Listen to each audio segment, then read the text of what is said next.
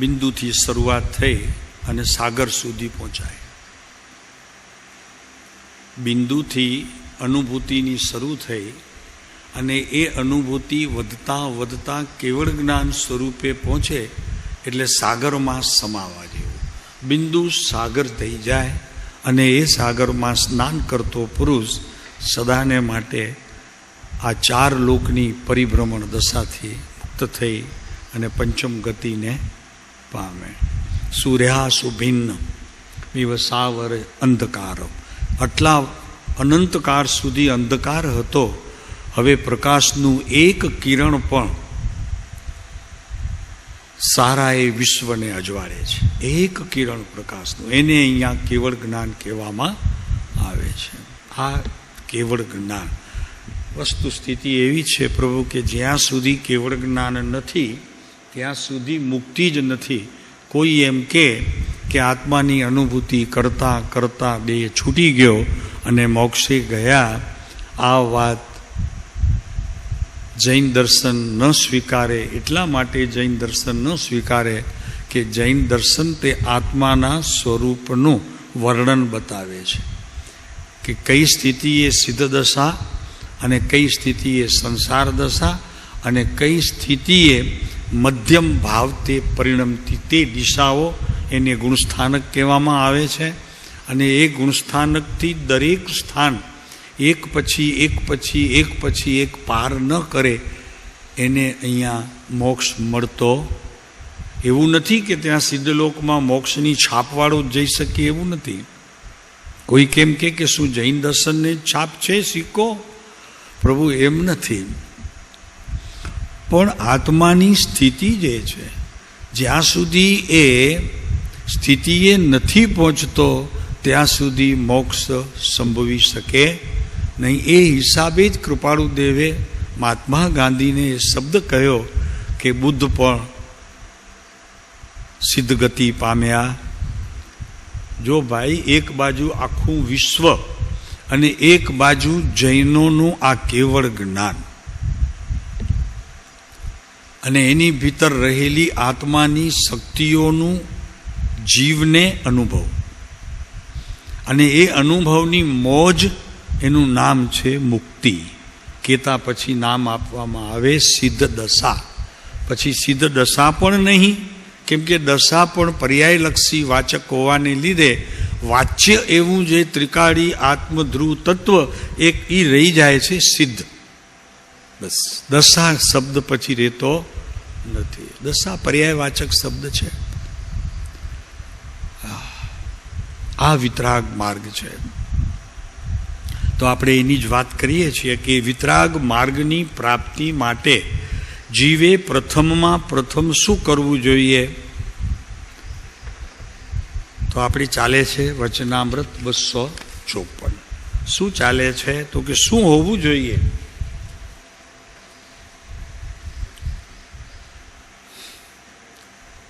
સિદ્ધની દશાને આ જીવ પ્રાપ્ત થાય એટલે ત્રિકાળી ભાવ્ય સ્વરૂપ જે આત્મતત્વ છે એમાં એની સ્થિરતા થાય. પછી ભાવ્ય ભાવક એ શબ્દનો ઉપયોગ કરવામાં આવે ત્યાં સુધી એ શબ્દ પ્રયોગ પણ યોગ્ય થતું નથી. તો કઈ દશા જોઈએ? સિદ્ધ દશાને પ્રાપ્તિ માટે શરૂઆતની અંદર કેટલા તપ જપ જોઈએ, કેટલા વર્ષની દીક્ષા જોઈએ, સંયમનો કેટલો કાળ જોઈએ? આ પત્રની અંદર કૃપાળુદેવ એક જ વાત કરે છે કે આ બધું થાય છે કરવા જેવું અને પ્રાપ્ત કરવું હોય તો મુમુક્ષુતા. તા શબ્દે તારણહાર કે એવા કયા લક્ષણ જીવમાં ઉત્પન્ન થાય મુમુક્ષુમાં કે જેથી કરી એ 4 ગતિની દશાને ટળી અને પંચમ ગતિને પ્રાપ્ત થાય. એ તા શબ્દની અંદર તાકાત છે. તા સતને પણ અનુસરે છે અને તા છે એ મુક્તિને પણ અનુસરે છે. અને ખરેખર તા છે ને એ તારણહાર છે. મુમુક્ષુ એક અવસ્થા છે અને મુમુક્ષુ તા આવ્યું એટલે એનું ફળ છે. મુમુક્ષુપણાનું ફળ છે. તો અહીંયા વાત આવે છે, જેથી તીવ્ર મુમુક્ષુતા ઉત્પન્ન જ ન થાય. કેમ ઉત્પન્ન ન થાય? તો કે જ્યાં સુધી તારી દોષ દ્રષ્ટિ જતી નથી ત્યાં સુધી તારી ભીતર રહેલી જે દ્રષ્ટિનું વિશેષ બળ છે એ બળ સાચું છે, પણ એ બળ જ્યાં સુધી તારા દોષ પણ જોવામાં તું વિશેષ કાર્યશીલ થાય છે તો ગુણ જેથી ઢંકાઈ જાય છે, એટલે કે ગુણ પ્રગટ થતા નથી તારી અવસ્થાઓમાં, એ દોષ પણ તું કહે છે એમ કે હું તો આમના માટે વાત કરતો હતો, હું તો આમના દોષની વાત કરું છું. ત્યારે બીજો જ્ઞાની હોય તો કહેતો હોઈશ તું તારા અભિપ્રાય પ્રમાણે, પણ આમાં તો તારા દોષનું વર્ણન તું કરે છે. સારું છે, સાચું છે. તો કે ના ના, હું તો આ પક્ષની વાત કરતો હતો, એ પક્ષમાં રહેલા કોઈ સંત મહાત્માની વાત કરતો હતો. ત્યારે જ્ઞાની એમ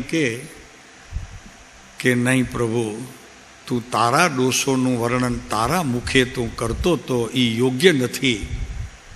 બરોબર છે. આપણે જ્યારે બીજાના દોષોનું વર્ણન કરીએ છીએ ત્યારે આપણા ગુણો ઢંકાઈ જાય છે અને ભીતર જે દોષ છે તેનું વર્ણન આપણે કરીએ છીએ કે જે ખરેખર બંધનું કારણ પણ છે અને ભાવિમાં મુક્તિએ જતા જીવને અટકાવી પણ દે છે. માટે શું કરવું જોઈએ? કૃપાળુદેવ લખે છે કે સર્વથી મોટો દોષ, સર્વથી મોટો દોષ, તું બીજાની નિંદા કરે એ દોષ નથી, પણ તે સમયે તારા અવગુણ બહાર આવે છે એ દોષ છે.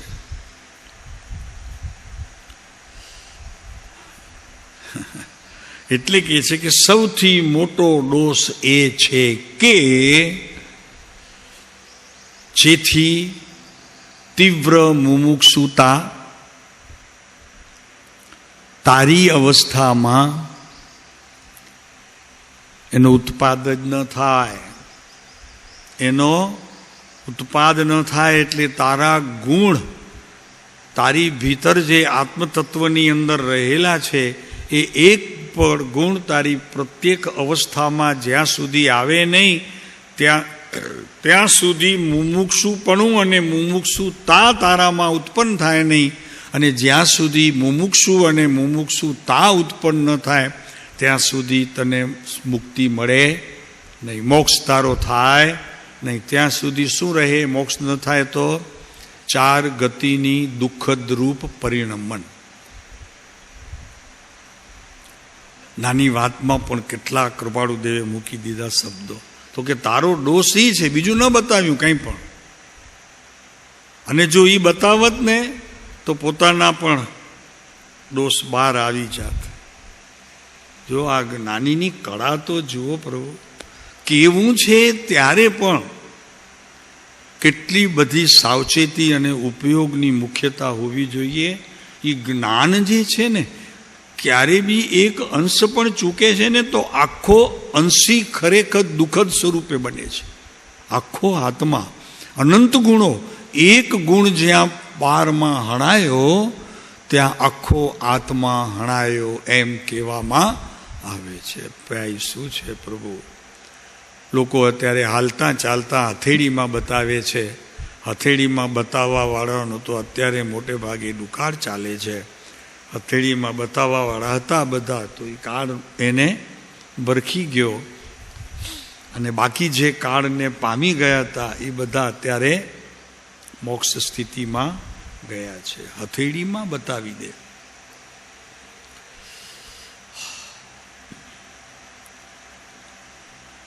તીવ્ર મુમુક્ષુતા ઉત્પન્ન જ ન થાય.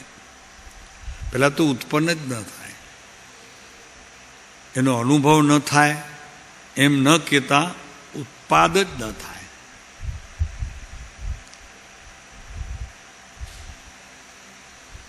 કેટલી સમજવામાં પણ મધ્યસ્થ ભાવની સ્થિતિ જોઈએ. ત્યારે સમજવામાં વિતરાગ ધર્મને સમજવા માટે પણ મધ્યસ્થ સ્થિતિ જોઈએ પોતાના ગુણોની, તો જ તે સમજી શકે. અન્યથા પક્ષ એને ખેંચી જાય, અને એક વખત પક્ષ જો એને ખેંચી ગયો તો સતની વાતથી તે સદાને માટે દૂર થઈ જાય. પછી તો વળી ક્યારેક સંતોનો પ્રસંગ બને, સમાગમ થાય, નજીક સમીપ વાસ થાય, અને પોતાના આત્માની સ્થિતિ તે સમયે વિશેષ કરીને બળવાન થાય, ત્યારે કામ થાય. પણ એક વખત તો તે છૂટી જવાનો પ્રસંગ આવે.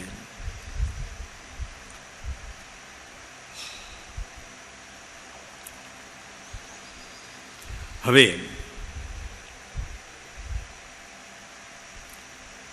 મોટે ભાગે લોકો જે સંપ્રદાયમાં જન્મ્યો છે અને તે જ સંપ્રદાયની અંદર ધર્મ છે અને પોતાના મતને ખેંચી જાય છે, એટલે મતિ જ્ઞાનનો વિષય તેને અનુસરતો થઈ જાય છે. એના માટે જ્ઞાનીઓ ચેતવણી આપે છે. શબ્દ સુંદર છે, વાક્ય સારું છે. ઘણું કરીને, એટલે અપવાદને બાકી રાખ્યો. આ બધા અપવાદવાળા બેઠા છે, સમજાણું? ઘણું કરીને એટલે મોટે ભાગે લોકો અત્યારે જે સંપ્રદાયમાં પોતાનો જન્મ થયો છે, જે સંપ્રદાયના કુળગુરુ છે પોતાના, અને જે સંપ્રદાયની ક્રિયા ચાલે છે, એ જ સંપ્રદાયની ક્રિયામાં, એ જ મતમાં અને એ જ ખરેખર કુળમાં પોતાને માની લે છે. એવા માનનારની સ્થિતિ શું થાય છે જરાક જોઈ લો. વચનામૃત જ કહે છે આપણને, જ્ઞાનીના વચનો અનુભવ પ્રાપ્ત કરીને પછી કહે છે. અને આપણે તર્કથી કેટલું બધું કહી દઈએ, અને જ્ઞાનીઓ અનુભવથી કહે છે, અનુભવથી કહે છે. ઘણું કરીને મનુષ્ય આત્મા કોઈને કોઈ ધર્મમતમાં તો હોય જ છે. ધર્મમાં હોય છે એમ કીધું તો અહીંયા સ્વભાવ સિદ્ધ થઈ જાય. જ્ઞાનીનો ઉપયોગ ક્યાં ક્યાં હોય છે, અને એનાથી બીજું આપણને ફળ એ છે કે એના ઉપયોગની પ્રત્યેક માત્રાને ખરેખર તત્વથી જો નિર્ણય કરીએ છીએ તો અહોભાવ પુરુષ પ્રત્યે, એ પુરુષ પ્રત્યે વધી જાય છે. અને જેમ જેમ અહોભાવ વધતો જશે તેમ તેમ તમારી ભીતર પણ આત્મા પ્રત્યે પણ અહોભાવ સ્થાપિત થતો જશે.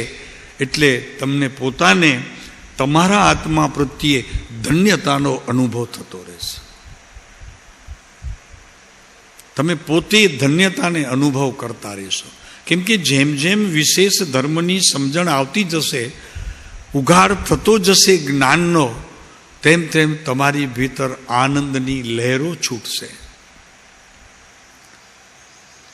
પછી કેવું નહીં પડે કે તમે વિચાર પણ એનો કરો, એના સિવાય બીજો વિચાર હશે પણ નહીં. કેમ કે ઉલ્લાસ પરિણામ જ્યાં તમને ભીતર અનુભવાય છે, આનંદની તમને અનુભૂતિ થાય છે, બહાર ક્યાં જશો પ્રભુ? જશો ક્યાં? અરે જશો ક્યાં એટલે તમે તો કદાચ જાઓ, પણ તમને કોઈ સાચવે એવો વિશ્વમાં સંતો સિવાય કોઈ સ્થાન જ નથી. ક્યાં જશો?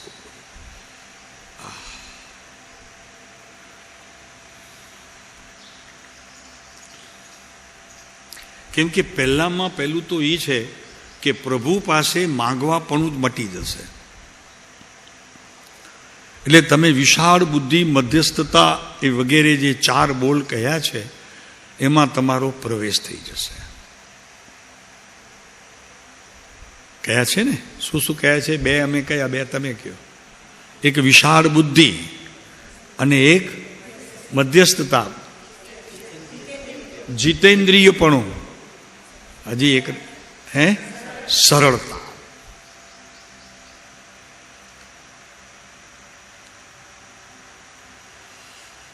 એટલે આ 4 ગુણોની સંપત્તિ તમારી પાસે પ્રાપ્ત થયા પછી ભગવાન પાસે ઊભા રહી અને માગવાપણું તો જીવનમાંથી ગયું. પ્રભુ માગીએ શું? તમે બધું જ આપ્યું છે. જેટલું મારી પાસે છે એ આપનું જ છે, અને છતાં પણ આપે જ એને જ્યાં ઓટ હતી કોઈ જ્ઞાનના શબ્દોમાં એને સાહેબ આપે ભરતીરૂપ કરી દીધું. શું ભરતભાઈ? ભરતીરૂપ કરી દીધું.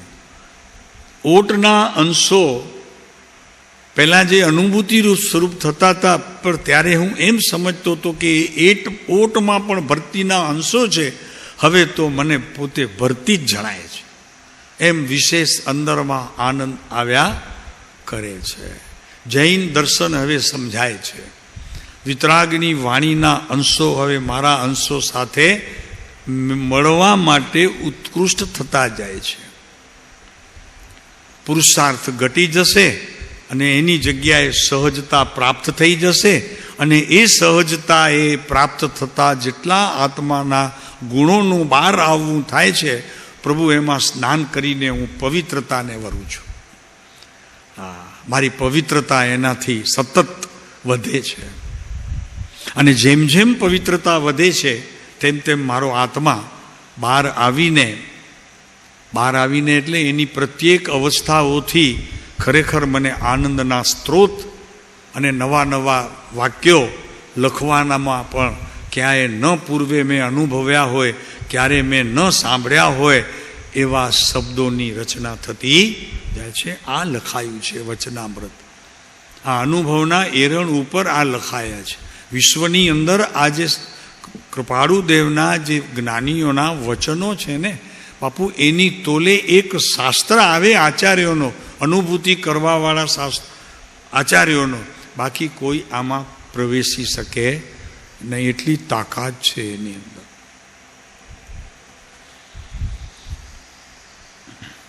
ઘણું કરીને અપવાદ મૂક્યો ને, જ્ઞાનીઓની એક ખાસ આ એક ટેવ હોય છે, વ્યસન હોય છે. ક્યારે પણ બધાને ભેગા દોષમાં જો મૂકવા હોય અને કંઈક બોધ કરવો હોય દોષ સંબંધીનો, તો અપવાદ મૂકે. આમ અહીંયા કૃપાળુદેવે પણ અપવાદ મૂક્યો છે. અપવાદમાં કોણ આવ્યું? બોલો હવે આપ કહો.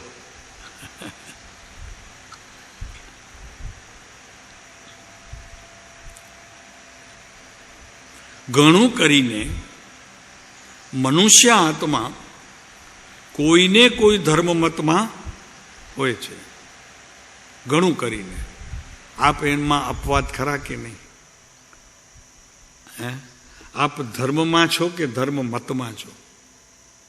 જો ભાઈ, આમાં પણ શબ્દોની મારામારી છે. ધર્મમાં હોવું એટલે પોતાના સ્વભાવમાં હોવું.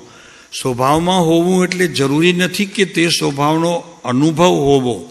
એવું પણ જરૂરી નથી કે તેનું પરિણમન હોવું. પણ પરિણમન થવા પૂર્વની સમગ્ર તૈયારીઓ મારા ધર્મની અંદર હવે પ્રવર્તે છે. પરિણમવાનું મારા હાથમાં નથી. એ પર્યાયનો હું સ્વામી નથી. પરિણમવાની પ્રત્યેક પર્યાયનો તે પર્યાય સ્વામી છે. મારું તો એક દ્રવ્ય છે પ્રભુત્વ કાળે. વાચ્યને અનુસરનારો હું છું, એટલે ધ્રુવને અનુસરનારો છું. પર્યાયને અનુસરનારો નથી અને એને કરનારો પણ નથી. આ કર્તૃત્વ શક્તિ એક વિતરાગ માર્ગ સિવાય બીજે કોઈ તમને જોવા મળશે નહીં. શ્રવણ કરવા બી મળશે નહીં. શાંતિભાઈ, આવા બધા શબ્દો નવા લાગે આપણને, આવલો સારું લાગે. છઠ કરી લો, ઊભા થાવ, હાથ જોડો, પચકાણ આપીએ છીએ. આજે આઠમ છે, પ્રતિક્રમણ કરજો સાંજના. ભાઈ, આઠમના જ પ્રતિક્રમણ ન હોય, આઠમના પ્રતિક્રમણ ન હોય, પ્રતિક્રમણ આત્માના હોય. પોતે જે ચૂક કરી હોય ને એ ચૂકને યાદ કરી અને જે કાંઈ ભૂલો થઈ હોય ને એને પચખાણ કરવા, એને પછકવા, એટલે કે એને પોતાના જ્ઞાનમાંથી છોડી દેવા. ક્યાં છોડી દેવા? જ્યાં એનું સ્થાન છે ત્યાં છોડી દેવા. ક્યાં એનું સ્થાન છે? તો કે સાહેબ એ મને ખબર નથી, એનું સ્થાન એ જાણે, મને શું ખબર. ના, મને ખબર છે, અત્યારે કસાયો મારા ઘરમાં છે, એમ સિદ્ધ થઈ જશે, માટે એનું સ્થાન મને ખબર નથી. આનું નામ પ્રત્યાખ્યાન છે, પચખાણ છે, પ્રતિક્રમણ છે, અને પછી આગળ જતા સામાયિક છે. સમજાણું? વાત ગહન છે.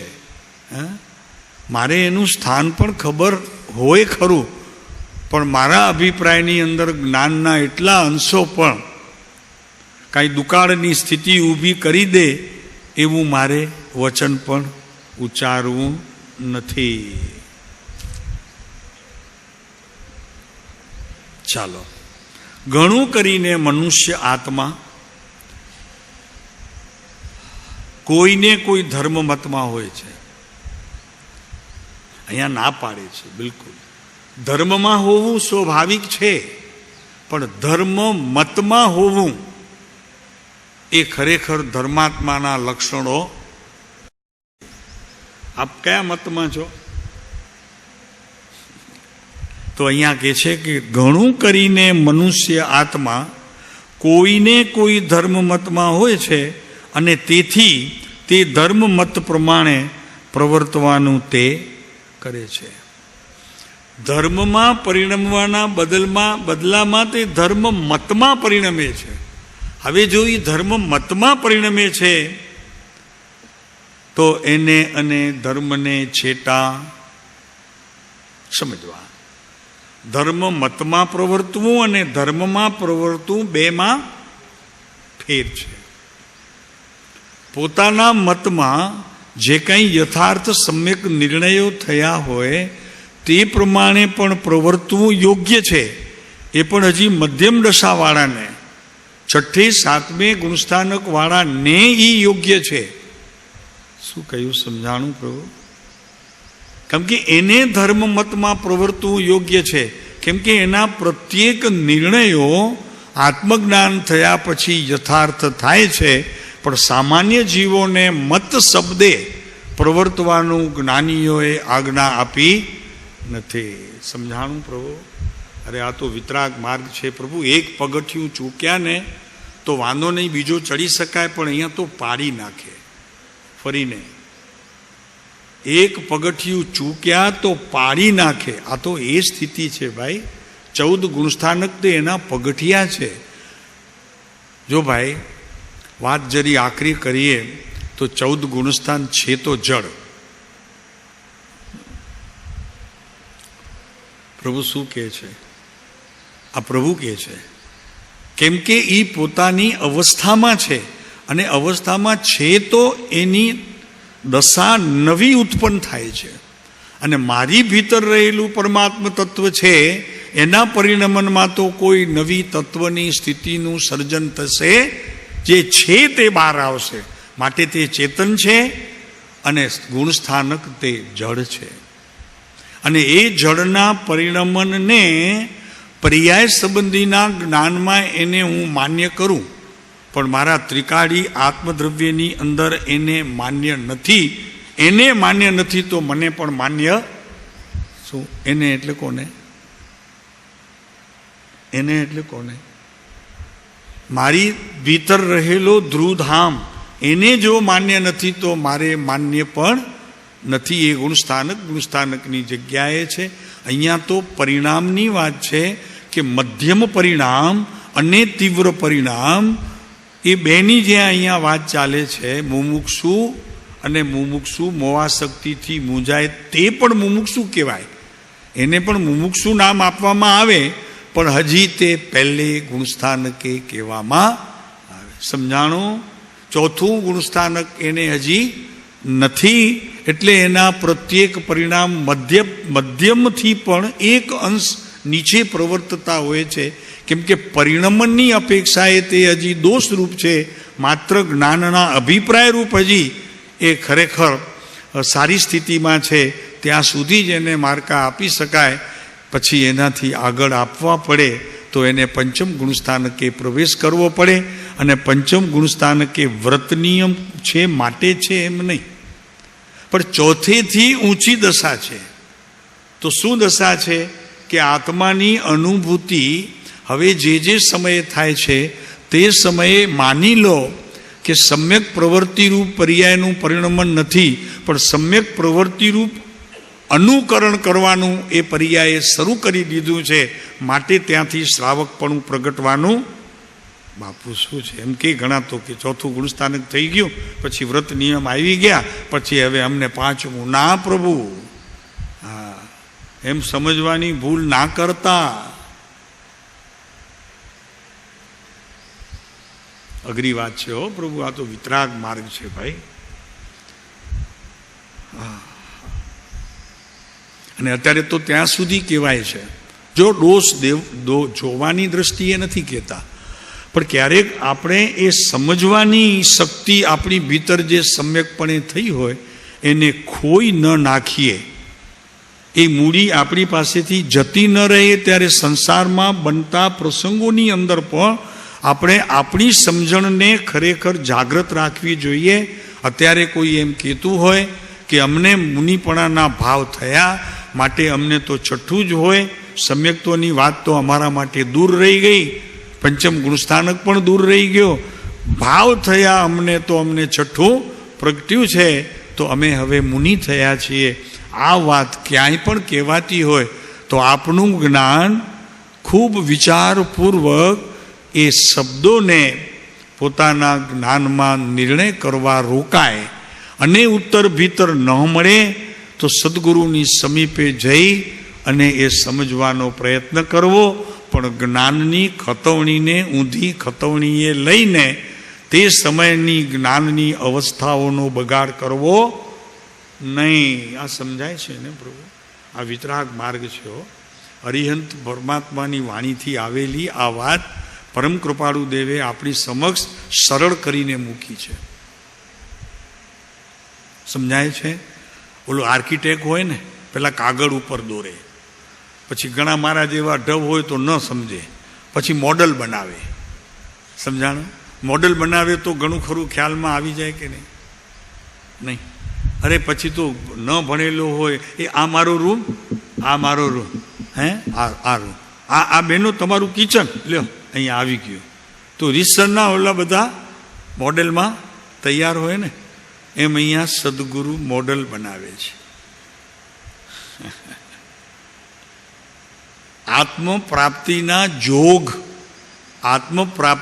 જોગ સંયોગથી પ્રાપ્ત થાય, પણ કયો સંયોગ ઉત્પન્ન થાય અને કયા સંયોગનો અભાવ થાય એ આપણા જ્ઞાનમાં નિર્ણયરૂપ થવો જોઈએ.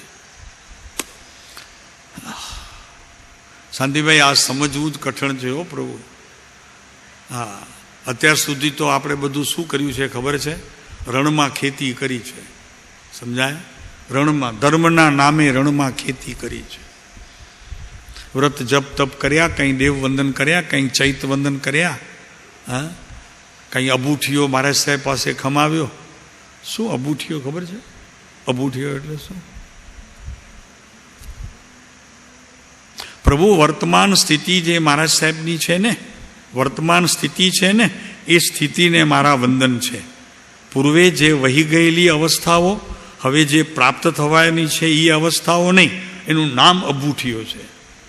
કે ત્યારે જ્યારે હું એમના અંગૂઠાને સ્પર્શ કરી અને પૂજન કરું છું, ત્યારે સમસ્ત આત્માના ગુણોને હું પૂજું છું. કેટલા અહીંયા પ્રગટ થયા છે એમ નહીં, અને એમના મનમાં અત્યારે કેવળ જ્ઞાન રમી રહ્યું છે એવું સમજીને હું અબૂઠીઓ ખમાવું છું. વાત શું છે પ્રભુ? હા, કાંઈ ખબર ન પડે કાંઈ સમજણ ન હોય એની ક્રિયાઓ ચાલ્યા કરે, પ્રભુ એનું શું ફળ? આ તો એના જેવું થાય, બનાવવી છે દાળ અને વિધિ બધી કરી, શીરો નાખવાની, ઘી નાખી દીધું અડધો શેર, ખાંડ નાખી દીધી અડધો શેર, પછી દૂધીનું શાક નાખ્યું, ટુકડા કરેલું, કેવું સરસ થાય નહીં શાક?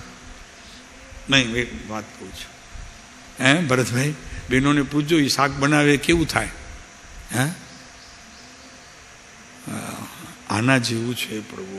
કાંઈ કોઈ પણ ક્રિયા કરવા પહેલે એ ક્રિયા કેવી રીતે થાય, ક્રિયા કરવાનો ભાવ શું છે, મારી ભીતર ભાવ શું છે, ક્રિયાનું મૂર્તો પ્રમાણ જ્ઞાન હોવું જોઈએ કે જે ક્રિયા આપણે કરીએ છીએ એનું પ્રમાણ જ્ઞાન હોવું જોઈએ.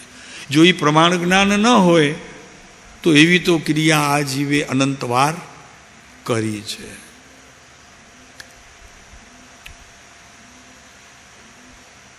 આ તો મહાભાગ્યે આપણી સામે આ બધું આવીને ઊભું રહ્યો. આ પુરુષ મહાભાગ્ય, કોઈક આપણા પૂર્વની કોઈક વિશેષ કમાઈ થઈ ગઈ છે. કોઈક અલ્પ કાળે, લાંબો કાળ હોતો તો વહી જાત, પણ થોડો કાળ હતો તો લઈ લીધી, ચાલે વાંધો નહીં. જેમ બોલો ચોરી કરવા વાળો હોય ને, એને અવાજ આવે ને પછી ખબર પડે ભાગો, હવે તો જે હાથમાં આવ્યું થોડું તો થોડું. એમ આપણે પહેલાં પૂર્વે એવું કંઈક કરેલું છે તો અત્યારે આ પુણ્યથી બેઠા છીએ. समझ में आती है ना मान? वो चोरी करने के लिए जाते हैं ना, तो समझो अभी पीछे से वो बर्तन के आवाज आए या कुछ सेठानी के सेठ के आवाज आए बात, तो जो भी आया वो लेके भाग जाए. फिर ऐसे नहीं, वो लोभ नहीं करते, क्योंकि अगर लोभ करेंगे तो जो मिला वो भी चला जाएगा. वैसे अपने कुछ ऐसे किया है तो ये पुण्य तत्व से ये बात सुनने के लिए मिली है, ये सुनने के लिए मिली. वितराग मार्ग की असली बात, समझाणो? वितराग मार्ग की असली बात. जाहिरात आज वचમાં આવતી હતી અસલની, કે हमारे पास जो है वो असल है. ખબર છે ને તમને? હનુમાનની હમણાં ઓલી ચાલે છે, ઓલી બહુ આવે છે જાહેરાત હમણાં. હનુમાનના ઓલા શું કહેવાય નામ, મંત્ર ચાલીસા ને મંત્ર હનુમાનનું મંત્ર આવે છે ને, એમાં ઓલા એક ભાઈ બધું બતાવે છે કે તમારા બધા દુઃખ થાય, દૂર થાય, તમને જીવનમાં શાંતિ મળે, સુખની પ્રાપ્તિ થાય. પછી કોઈક વળી મારા જેવો હોય તો વળી એણે તૈયારી કરી, તો એમણે એની નકલ કરી, तो नकल करी तो ओला के अत्यारे याद रखना अभी सब नकल भी निकली है.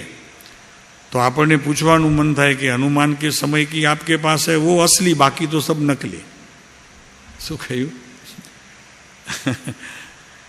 ये नकली के ने बीजा ने तो पोतानी पासे असली क्यारे थया हनुमान? हवे ये असली क्यांथी काढशे? एने पण क्यांकथी तो नकल करी हशे नहीं, मगर वो कंपनी पहली आई तो वो हो गई असली और बाद में आ गई तो हो गई नकली. यहाँ श्रीमत के मार्ग में जो पीछे आते हैं वो होते हैं नकल के अनुसार, और हम है जूने तो हम है असली. तो कि 40 साल हो गए हमें, आप तो अभी नए आए हैं, सुनो मेरी बात. वो समझाने लग जाते हैं उसको, क्योंकि मैं जूना हूं.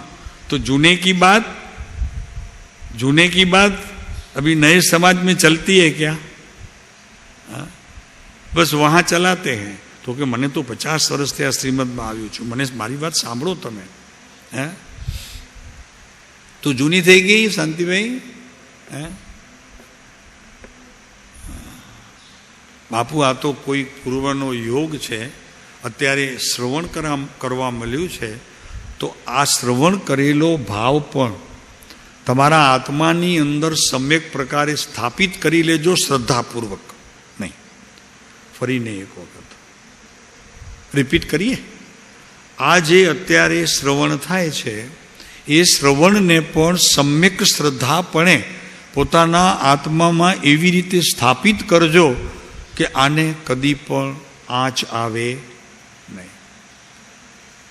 તો આ ભાવ પણ બીજા, ત્રીજા, ચોથા ભાવમાં પણ તમારી યોગ્ય સ્થિતિએ એ આવી કરીને વિશેષ એમાં વજન વધશે, એ ભારી થતો જશે. જેમ જેમ એ ભારી થતો જશે તેમ આત્મા હલકો ફૂલ થતો જશે અને ઉર્ધ્વતા સ્વભાવને તે પામતો જશે. મજા કેવી છે લાકડું છે ને, લાકડું એ તરે, પણ લોખંડમાં બાંધ્યું હોય તો, લોખંડની સાથે બાંધી દીધું હોય તો શું બોલો? તો એ ડૂબી જાય ને? નહીં, પાક્કું છે. આપણું લાકડું તો લાકડું છે, એની તો તરવાની સ્થિતિ છે, પોતાનું જે એનું મૂળ કારણ છે ને એમાં જે લક્ષણ છે એ તો તરીને રહે. તો શું કરે પછી હોશિયાર ખલાસી હોય શું કરે કે કાંઈ એક બે ઓલા લોખંડના કાંઈ મોકલવાના હોય ને તો એ લાકડાને બાંધી દે, લાકડું તરતું જાય, એની સાથે લોખંડ પણ તરતું જાય. એમ આપણે પણ ભગવાનની જોડે આ શ્રવણમાં એવી રીતે બાંધીને રાખીએ. આ શ્રવણ સત છે, આનાથી બીજું સત કદાચ હોય તો મને ખ્યાલ નથી, પણ મને એનાથી આનંદ આવ્યો છે. તો બસ આ અત્યારે સતને એવી રીતે સાચવીને રાખીશ કે મૃત્યુ સમયે પણ મને સહકાર આપે અને મૃત્યુ પછી પણ મારી સાથે રહે. મૃત્યુ સમયે એનો સહકાર જોઈશે અને મૃત્યુ પછી એનો સાથ જોઈશે. શાંતિભાઈ સમજાય છે? અને એ ક્યારે સર્જન થશે કે જ્યારે આ શ્રવણ પ્રત્યે પણ તમને પ્રેમ હશે. અનુભવ પ્રત્યે તો પ્રેમ હોય, પણ શ્રવણ પ્રત્યે બી તમને અત્યારે પ્રેમ હશે. આ શ્રવણમાં પણ એટલું ગુણ છે કે જેમ જેમ શ્રવણ થતું જશે સમ્યકપણે, તેમ તેમ કેટલાક નિર્ણયો જ્ઞાન સ્વયં રચતો જશે. તમને રચવા પડશે, એ તો એની પ્રવૃત્તિ છે. જ્ઞાને તો સમ્યકપણે લીધેલા જેટલા તમારા નિર્ણયોને સાચવી રાખવા માટે તે ખરેખર તૈયાર છે. જવાબદારી તમારી, બાકી એ સાચવી રાખશે. જ્ઞાનના પ્રત્યેક અંશો તમને જો એના પ્રત્યે પ્રીતિ છે તો એને સાચવવાની શક્તિ પણ તમે સાથે પ્રેમ સહિત આપી દીધી છે. સમજો, આ ભવે નહીં, બીજા ભવે, ત્રીજા ભવે, ચોથા ભવે, એનો જ્યારે સમય પાકશે, એમ નહીં કે હવે પછી ચોથું ને પાંચું, એમ નહીં, એનો સમય પાકે તમને તે સમ્યકપણે નિર્ણયમાં આવ્યા સમજો અને તમારું કામ પછી એનાથી વિશેષ આગળ વધતો જશે. આ એમને એમ નથી મળ્યું. પૂર્વે તમે એમની આરાધના કરી છે અને સમ્યક કેટલા નિર્ણયો કર્યા છે, તો અત્યારે આ સત આપની સામે શ્રવણપણે ઊભું છે. આ મફતમાં કાંઈ નથી થતું ભાઈ, કોઈ લાફોય નથી મારતો મફતમાં. અરે આપણને ક્યારેક ખંજવાળ આવે અને આપણે કહીએ કે યાર હું આવી રીતે કરીશ તો મજા ના આવે, એના કરતાં તમે જરા મને વાલી વાલી કરો ને, નથી કરતા કોઈ. હા એમ.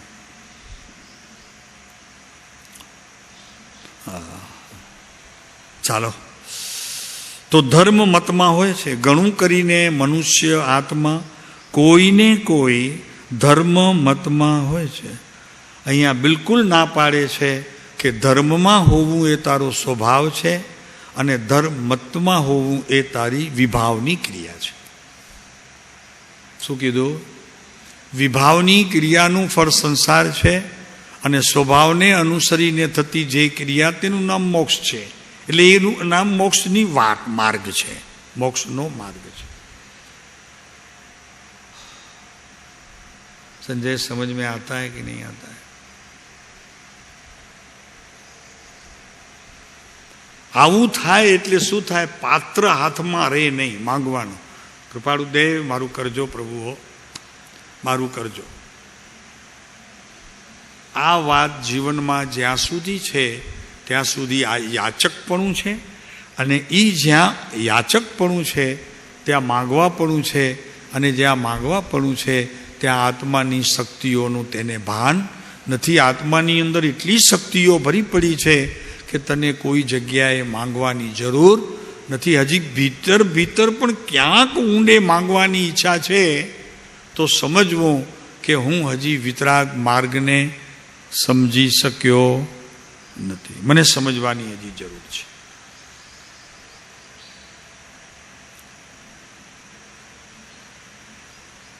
પારસનાથ મને શું કરજો, બોલો આવે છે ને એક પદ, ચિંતામણી દાદા મારી ચિંતા ચૂર. હે એટલે ભગવાનને બીજું કામ જ નથી. તમારી ચિંતા દૂર કરવા બેસી જાય, બીજું કાંઈ કામ નથી ભગવાનને. ચિંતામણી મારી ચિંતા ચૂર. બાપુ લખનારને પણ ખ્યાલ નથી, બોલનારને પણ ખ્યાલ નથી, અરે સાંભળનારને એના અર્થની ખબર નથી, એ પણ એક તાન થઈ જાય છે એમાં. અરે પ્રભુ આમાં ઘણું નુકસાન છે તને, તો આની સાથે ક્યાં જોડાયો? જોડા એની સાથે કે જ્યાં તારા પ્રભુની ગીતા વહેતી હોય. પ્રભુની ગીતા.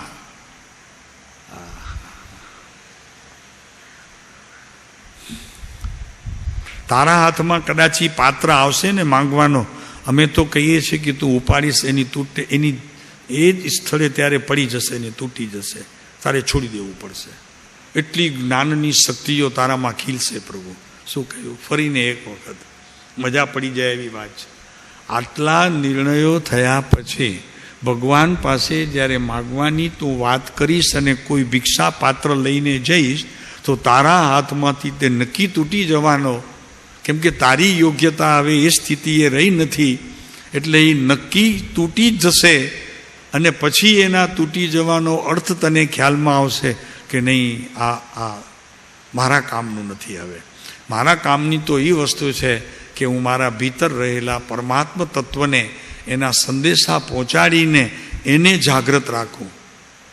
જેમ ઓલી નાગણ દેવીઓએ કૃષ્ણ આવ્યો ત્યારે એને કીધું કે જગાડ તારા નાગને, મારું નામ કૃષ્ણ કહાનડો. એ કહે છે કે હું તને ઘણું બધું ભેટ આપી દઉં. નાગણો એને લાલચ આપે છે, લાખ સવાનો તારો હાર આપું, આપું રે તુજને ચોરીઓ, મારા ભગવાનને ખબર ન પડે એમ તને ચોરીથી આપી દઉં. ત્યારે કહે છે તો કે શું કરું નાગણ હાર તારો, શું કરું તારો દોરીઓ, સાને કાજે કરવા મારે ઘર તારે કરવી ચોરીઓ, મારા કારણે તું શું કામ ચોરી કરે? સમજાય છે?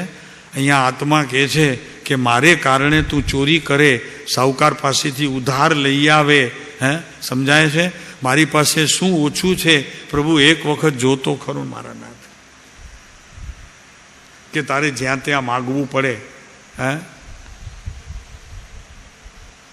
નહીં છે. ત્યારે ભીતર કહે છે કે મારી પાસે શું ઓછું છે, એક વખત મારામાં પ્રવેશ તો કર. પછી ન ચોરી કરવી પડશે, ન કોઈની પાસેથી લૂંટવું પડશે, ન કોઈની પાસે માગવું પડશે.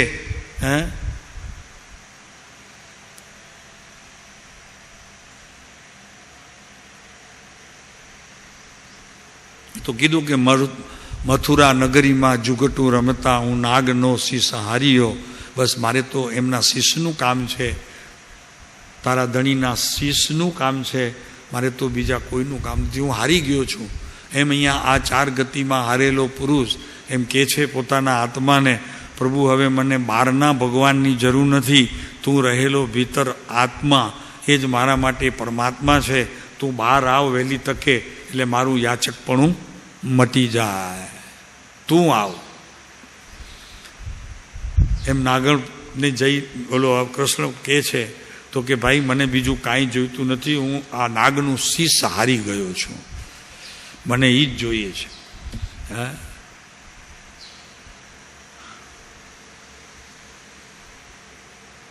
આ વાત સમજાય કે નહીં? તમારા હાથમાં પાત્ર રહેશે નહીં. અને મુનિ પણ થશો તો એવા થશો પાત્ર વિનાના. પ્રભુ અમારા આશીર્વાદ છે આપ.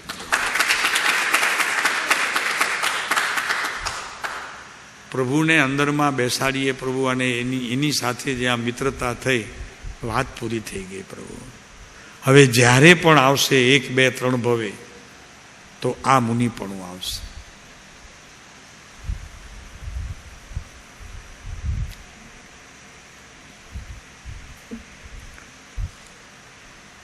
જેટલું જેટલું બહાર માગીએ છીએ ને એટલા પ્રભુ અંદરમાંથી ખાલીપણા વધતા જાય છે.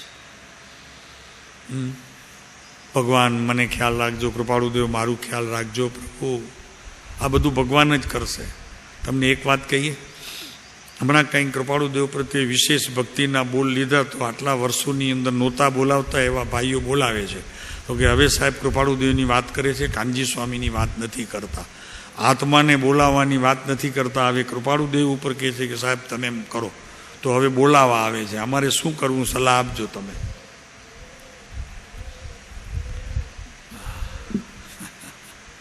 આ સત્ય હકીકત છે. અત્યારે ઘાટકોપર મંદિરની અંદર વાત કરીને તો સહેજ માર્કા કૃપાળુદેવને વિશેષ હતા. 80% એના હતા, 20% આત્માના હતા. અહીંયા એ સ્થાન છે કે અહીંયા 2% જ ખાલી અહીંયા કૃપાળુદેવના છે, 98% આત્માના છે તમારા. હા, તો તમે બોલાવો છો અમને. એમણે ઉલટું કર્યું, 80% એમના આપ્યા, તો અહીંયા આવો તો કે તમે બસ અમારી વાતને માન્ય કરી. આમાં મૂળ તો પોતાની વાતની માન્યતાનો જાણેકાર એક ફૂલીકો છે. ફૂલીકો સમજાય?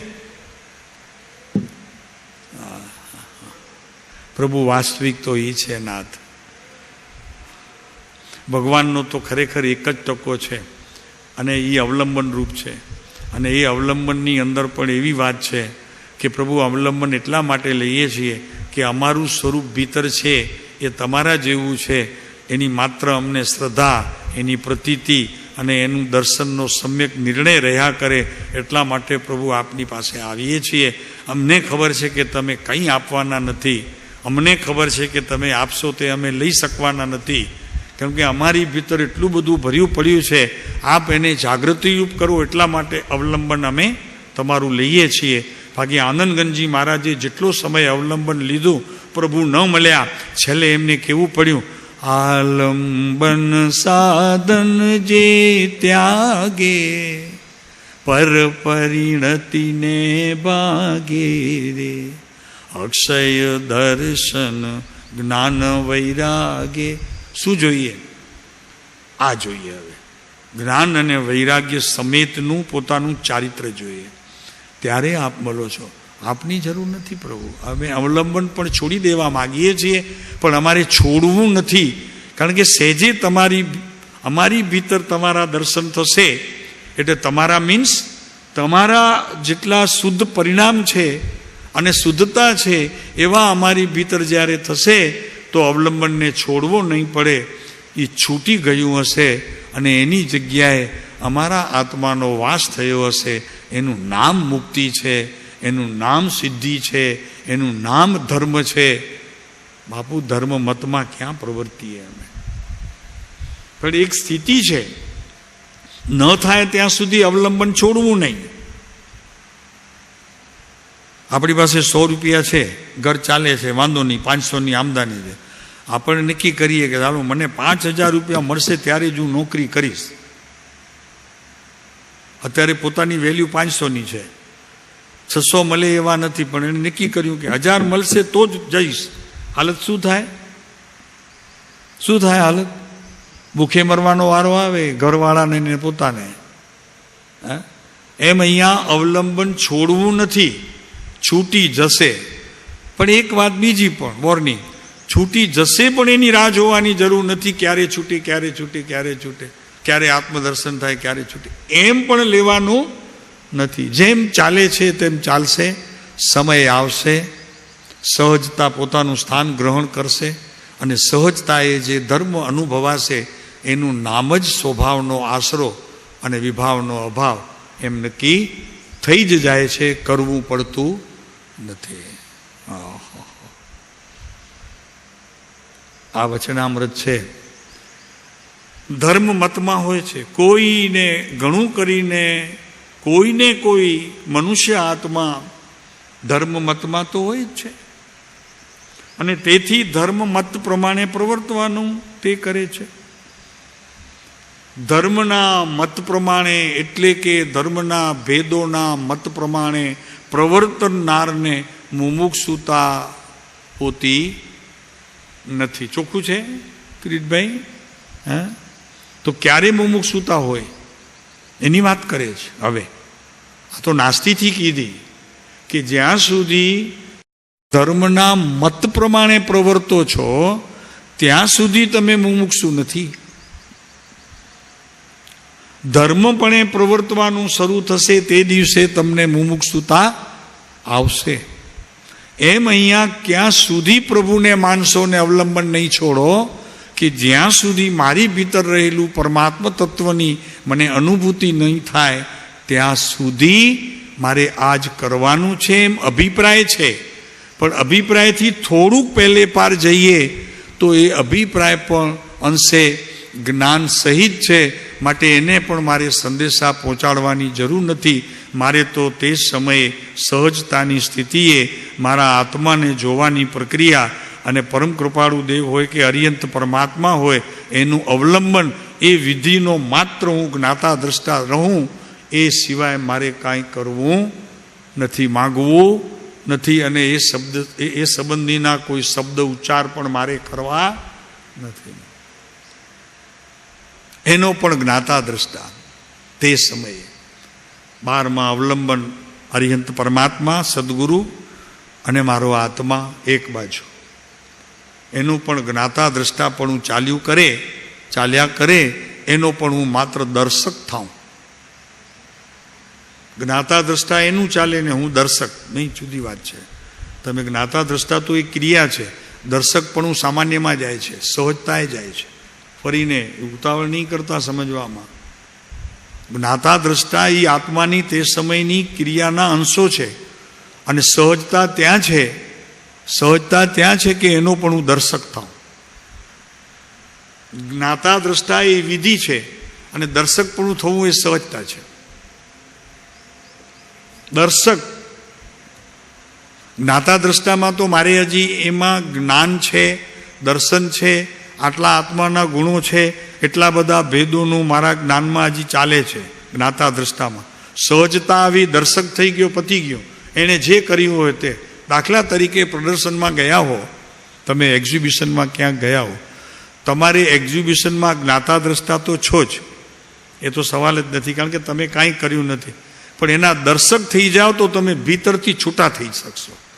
એક અંશ પણ તમે ત્યાં પ્રદર્શનમાં ક્યાંય જોડાશો નહીં. એ વાત નક્કી ખાતરી છે, તમે ગયા ન ગયા બરોબર છે તમારા માટે. ક્યાંય પણ તમે એકત્વ કરી શકશો નહીં. દર્શક થાવ. તો દર્શક અને જ્ઞાતા દ્રષ્ટામાં આટલું ફરક છે. હવે સમજાણું કે હજી કહીએ બીજી વખત? જ્ઞાતા દ્રષ્ટા જ્યાં છે ત્યાં જ્ઞાતા જ્ઞાનનું છે અને દ્રષ્ટા દર્શનનું છે. ફરીને એક વખત કિરીટભાઈ, જ્ઞાતા જ્ઞાનનું છે અને દ્રષ્ટા દર્શનનું છે. તો મારી બુદ્ધિની અંદર હજી જ્ઞાન દર્શન રમતા કરશે. દર્શકપણું એટલે માત્ર જોવાવાળો છું. એ દ્રષ્ટિનો વિષય જે છે તે એટલો સૂક્ષ્મ થઈ જાય છે કે જ્ઞાતા દ્રષ્ટાના વિષયને પણ પાર કરીને તે સમયની અવસ્થાઓમાં એકત્વપણું થતું નથી, એની સાથે ભળતો નથી. ભીતર આત્મા પણ દર્શકપણે છૂટો રહે છે. એને જ્ઞાતા દ્રષ્ટાપણું હોય તો હોય, ન હોય તો કાંઈ ફરક પડતો નથી. માટે ઘરમાં પણ તમે જ્ઞાતા દ્રષ્ટાપણું કરશો તો જ્ઞાન ભીતર ઊંડે જશે, અને પછી નકાર હકાર જે આવવાનું હશે તે હશે. પણ માત્ર જોયા કરો. દર્શક તમારી કોઈ જ્ઞાનની અવસ્થા એની સાથે જોડાણ કરશે, દર્શક થઈ જાઓ. કોઈક જગ્યાએ તો લખે છે કે આ પ્રદર્શનમાં કોઈએ હાથને સ્પર્શ કરવો, લખેલું હોય છે. અમે તો ગયા નથી ઘણા વર્ષો, પર ઘણા કે હાથ પણ લગાડવું નહીં. શું લખે છે? શું લખે? સ્પર્શ કરવો છે ને? શું લખે છે? સ્પર્શ કરવો નહીં. ઠીક છે, પ્રદર્શનમાં તમારા મંદિરની અંદર આ સ્થાનની અંદર પણ એવો શબ્દો છે, એવા છે? ક્યાં છે? નીચે લખેલા છે કે પ્રતિમાને કોઈએ સ્પર્શ કરવો નહીં. બરોબર છે? સ્પર્શ શબ્દ છે ને, કે એનું જ્ઞાતા દ્રષ્ટા ન કરવું એવો શબ્દ છે. બે પદાર્થ જુદા છે. અહીંયા સ્પર્શ કરવાની વાત આવી છે. તમારે જ્ઞાતા દ્રષ્ટાપણે જોવામાં વાંધો નહીં, સ્પર્શ નહીં કરતા, એમ બે વાત છે કે એક જ વાત? હવે તમે વિચારો, સ્પર્શ કરવો નહીં એટલે શું? સ્પર્શ કરવો નહીં એટલે શું કહીએ? એનું મહાત્મ્ય કહીએ. આ પ્રભુ સાથે પણ તમારે કાંઈ સંબંધ નથી. આકરી વાત છે. છેલ્લો ડોઝ છે આ. હે, ઓલું આપે ને જેને ઓલું હોય ને વિશેષ, આપણે શું કહેવાય, ડિપ્રેશન જેને વધી જાય ને તેની પહેલાં શરૂઆતમાં થોડા સોલ્ટ આપે, પછી છેલ્લો સોલ્ટ આપે ને ત્યારે થાર કરતો ને અંદર મૂકી દે ને પછી બંધ કરી દે, એટલે ઓલો સમજી જાય કે આ છેલ્લો છે મારો. નહીં, ઓલો સમજે કે ન સમજે? હા, કોઈને લઈને ગયા છો દર્દીને, તમારે જવાની જરૂર નથી, તમને ડિપ્રેશન આવવાનું નથી એટલે કહીએ છીએ. આપને ડિપ્રેશન નહીં આવે.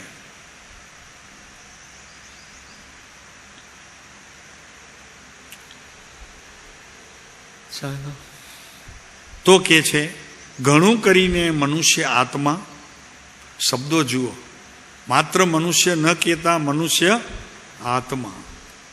કોઈને કોઈ ધર્મ મતમાં તો હોય જ છે, અને તેથી તે ધર્મ મત પ્રમાણે પ્રવર્તન કરવાનું તે કરે છે. ધર્મ મત પ્રમાણે પ્રવર્તે છે, પણ પોતાની ભીતર રહેલા સ્વભાવ પ્રમાણે તેને પરિણમવું બનતું નથી. વાત પાકી? આવી ગયો? અસ્તિ નાસ્તિ બે આવી ગયું? કારણ કે ધર્મ મત પ્રમાણે પ્રવર્તે છે પ્રત્યેક એની અવસ્થા, પણ પોતાના સ્વભાવ પ્રમાણે પ્રવર્તતી નથી. માટી કૃપાળુદેવ કહે છે એનું નામ મુમુક્ષુતા. હવે કેમ કહીએ લોકોને કે કૃપાળુદેવે જે કર્યું તે કરવાનું નથી, એમણે કહ્યું છે તે કરવાનું છે.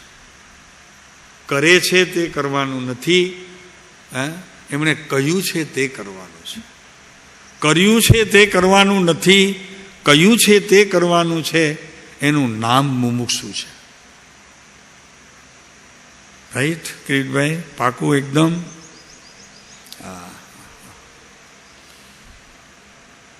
वितराग परमात्मा ने जो किया वो करना नहीं है, कहा वो करना है.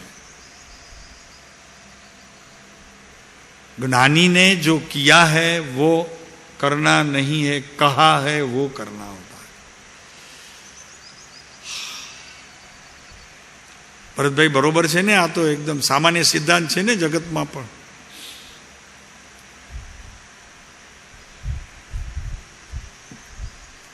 આપણે જેટલું ભગવાન પાસે માગતા રહીએ છીએ તેટલું અંદરથી ખાલી થતા રહીએ એ પ્રૂફ થાય છે.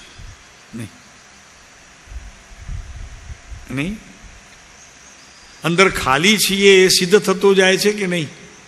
માંગવાનું મટતું નથી. લાવો લાવો લાવો, એનો અર્થ શું થયો? કે અંદર ખાલી છીએ, અને જેટલું માંગવાનું કરતા જઈએ છીએ તેટલા ખાલી થતા જઈએ છીએ. એનો અર્થ એ થયો કે મારી ભીતર રહેલા આત્માના અનંત ગુણો અત્યારે મારી પાસે હોવા છતાં પણ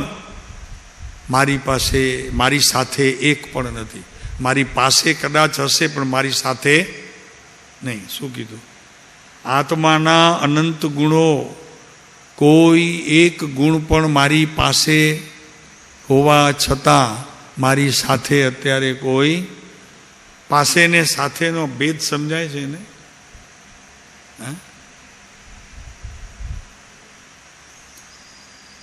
રવિભાઈ સમજાય છે? પાસે ને સાથે. પાસે હોવું સહજ છે, પણ સાથે હોવું પણ કદાચ ન પણ હોય સાથે. અત્યારે આત્માની અંદર અત્યારે અનંત ગુણો મારી પાસે છે. કેવળ જ્ઞાન પણ અંદર બીજમાં પડ્યું છે, પણ હું અહીંયાથી જ્યારે છૂટીશ, દેહ છૂટશે, ત્યારે મારી સાથે કદાચ હોય પણ અને ન પણ ન હોય તો બોલો. મારી પાસે હોય બધા ગુણો, પણ કદાચ મારી સાથે ન પણ નથી. બોલતા અમે સમજાઈ ગયા છે કે તમે લઈ જવાના છો. કાંઈ વાંધો નહીં, આનંદ છે પ્રભુ.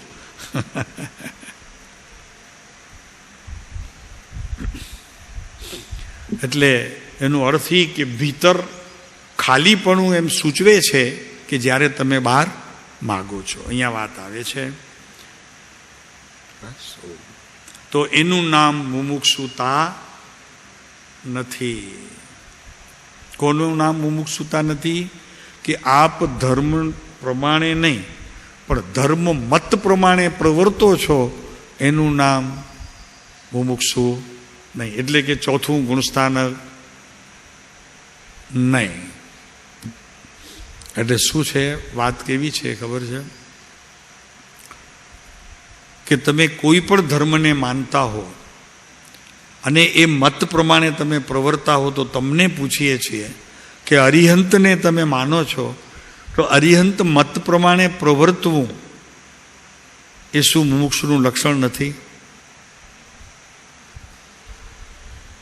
સારું, ગજબ છે.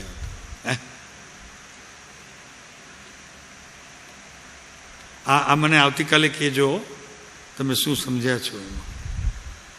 માની લો કે અરિહંતના મતના છો, તો એ અરિહંતનો મતમાં તમે જો પ્રવર્તો છો તો તમે શું ખરેખર મુમુક્ષુ નથી?